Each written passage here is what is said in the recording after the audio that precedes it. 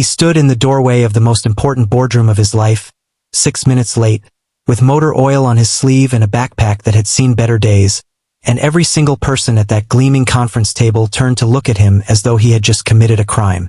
And in the eyes of the woman standing at the head of the table, cool, composed, and carrying the kind of authority that filled a room before she even spoke, perhaps he had. If you believe in kindness and second chances, this story is for you. Please like this video, drop a comment below, share it with someone who needs to hear it today, and subscribe to Kindness Corner. Because every story we tell here is a reminder that humanity still has good in it. Marcus Webb had not always been the kind of man who ran late. There was a time, not so many years ago, when he was the first one through the door, the last one to leave, the employee whose name managers passed between themselves like a quiet recommendation. He had been precise, reliable, and hungry in the way that only a young man with something to prove can be hungry.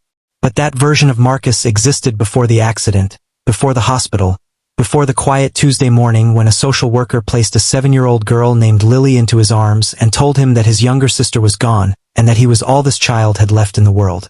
Becoming a father overnight is not a transition anyone can fully prepare for, and Marcus had learned that truth in the most exhausting, tender, and humbling way possible. Lily had nightmares that woke her screaming at 2 in the morning. She refused to eat anything that wasn't cut into precise triangles. She carried a worn stuffed rabbit named Captain everywhere she went and would dissolve into silent, trembling grief if she forgot him somewhere. Marcus learned every one of her rhythms, her fears, her small but sacred routines, and he rearranged his entire life to hold space for them. Because she was 7 years old and she had lost her mother and the world owed her at least one person who would not let her down. The job at Hargrove Consulting had felt like a lifeline.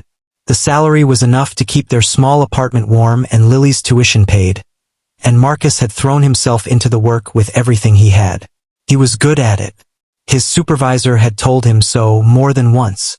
But the corporate world runs on its own kind of clock, indifferent to the small catastrophes of ordinary life, and ordinary life with a grieving child is rarely predictable. There had been mornings when Lily's anxiety made it impossible to get her through the school doors.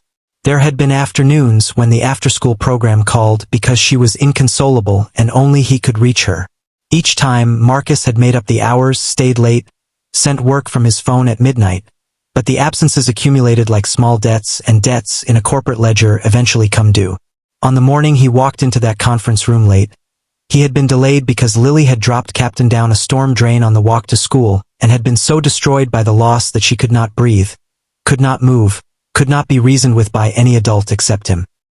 He had spent 45 minutes lying on a cold sidewalk with his arm down a drain until his fingers found that rabbit, until he pulled it free and pressed it into her arms and watched the storm pass from her face like clouds clearing from the sun.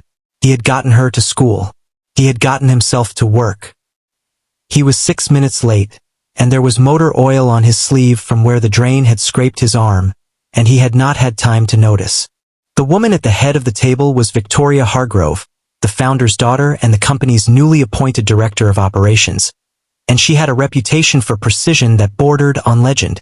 She had restructured 2 departments in her first month. She did not believe in exceptions because, in her experience, exceptions were how standards eroded and standards were the only thing that separated a company worth respecting from one that simply existed. She looked at Marcus Webb in the doorway, disheveled, late, unprofessional by every visible measure, and she made a decision before he ever had the chance to speak. The termination meeting was brief and not unkind in tone, but it was absolute.